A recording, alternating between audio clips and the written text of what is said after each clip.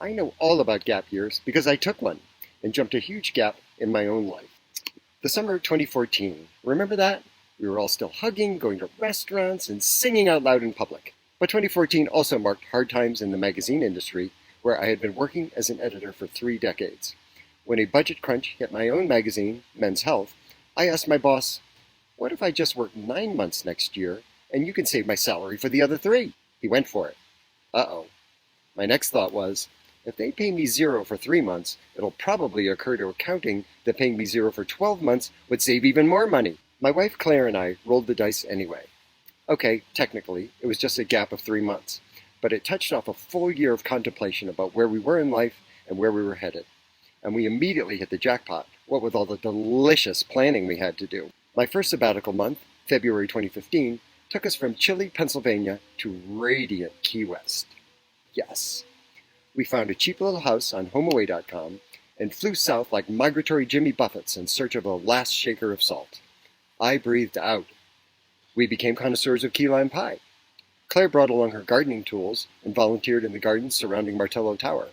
I took watercolor lessons from an artist who told me, if you don't do art like you're jumping off a dock, you're not doing it right. And I didn't just kick back. I also wrote a dozen thumbnail book proposals and saw a green flash on the horizon. The next sabbatical month, July, brought us to Boulder, where we stayed in an Airbnb near the entrance to Boulder Canyon. We went hiking every day for 3 weeks. Then Claire asked, quite reasonably, "Are we going to do anything aside from hiking?" So, we went to museums for a couple of days. Then we took more hikes. I noticed 2 things.